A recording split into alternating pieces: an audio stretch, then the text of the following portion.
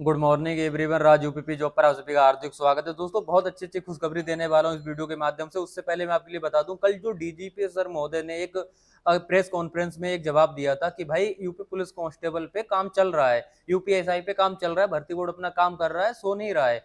कुछ शासन द्वारा जो कह सकते हो स्वीकृति मिली है उन पर काम चल रहा है, यानी कि देख लो अब फैसले निकला है ना, यूपीएसआई में 3 बरस की छूट भाई।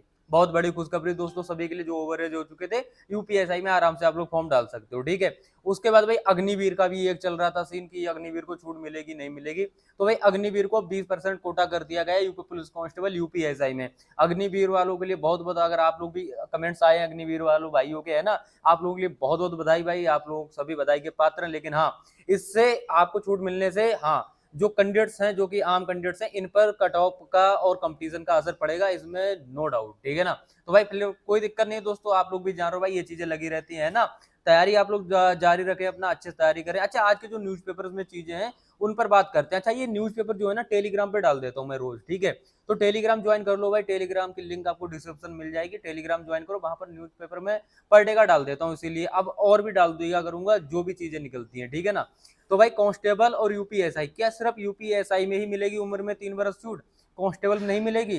तो दोस्तों देखो ऐसा है भाई, कांस्टेबल अभी नहीं भर्ती हुई थी 60,244, 3 बरस की छूट दी है, ये चीज भी इसमें मेंशन की गई है। ठीक है, इसलिए यूपीएसआई दी जा रही है, कांस्टेबल का कोई जिक्र नहीं है कि उम्र में छूट दी जा रही है।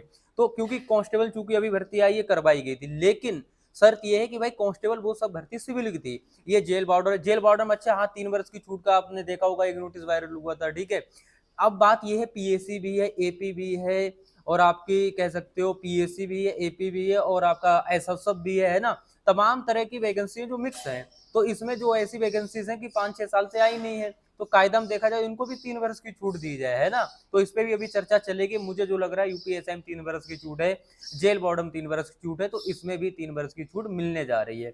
100% नहीं कहूंगा इस चीज को लेकर, मैं अभी 99% श्योर हूँ कि हाँ इसमें भी 3 बरस की छूट मिलेगी। ठीक है, तो इतना आप लोग जाने कि आपको अपनी तैयारी पे लगे रहना है। ठीक है, देखो नोटिफिकेशन अब आप लोग सोचोगे कब जारी होगा, ये तो सब चीजें आती रहती हैं। देखो कितनी भी भर्तियां यूपी पुलिस कांस्टेबल की, मैं पहले भी बताते आ रहा हूँ कि चर्चाएं बहुत जोर शोर पकड़ती हैं। फाइनली एक दिन नोटिफिकेशन आ जाता है फाइनली कि हाँ आपके भैया आवेदन शुरू हो गए हैं।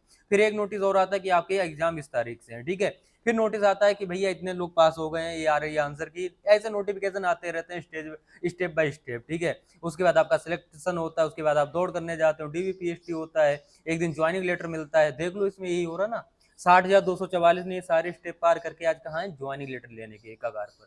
तो आपके भी आपको भी ऐसा मौका मिलेगा, शर्त यही है भाई आज से आपको तैयारी करनी पड़ेगी, अच्छी तैयारी करनी पड़ेगी। ठीक है, ऐसा नहीं कि खाली टाइम पास कर रहे हो, तो उससे कोई मतलब नहीं निकलता। ठीक है, अच्छी तैयारी करो, 6 महीने मेहनत से जम के तैयारी कर लो, सिलेबस कंप्लीट हो जाएगा अच्छे से। अगर आप सिर्फ एज ए स्टूडेंट हैं तो आपका यही लक्ष्य होना चाहिए कि हाँ हमको अगले 6 महीने 24 घंटे में से हमारी दिनचर्या क्या होनी चाहिए, 5 से 6 घंटे हमको सोना है जो कि बहुत जरूरी है। ठीक है ना, 6 घंटे सोना मेरे हिसाब से बहुत जरूरी है।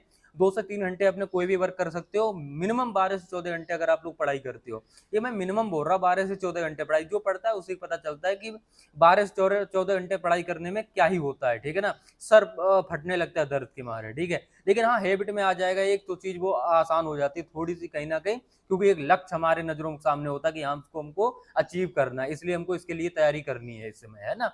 तो यही चीज रहती है। तो भाई कांस्टेबल, यूपीएसआई, जेल बॉर्डर सब की भर्ती आने वाली है। नोटिफिकेशन मुझे जो लग रहा है, देखो ये सब एक एक करके सब चीज क्लियर हो जा रही है।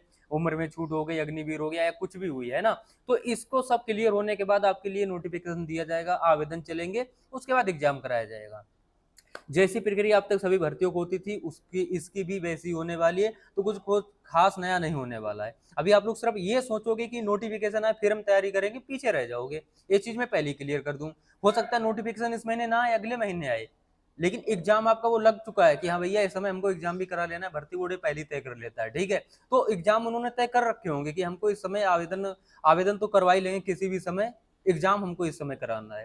क्यों, भर्ती बोर्ड यही करता है भाई। आप लोगों ने देखा भी होगा कि इधर आवेदन चालू हुआ कभी लास्ट में अक्टूबर में, और आपका नवंबर या दिसंबर में आपका एग्जाम लगा दिया है। एक एक महीना या 1 महीना 10 दिन का समय मिलता था। आप लोग देखे हो ना, 2 भर्तियों में ऐसा हो चुका है। तो अब ये मत सोचना कि ऐसा अब नहीं होगा सर, ये है वो है, मैं भी कह रहा ना हो ऐसा, इस बार ऐसा कुछ नहीं होने वाला है फिलहाल।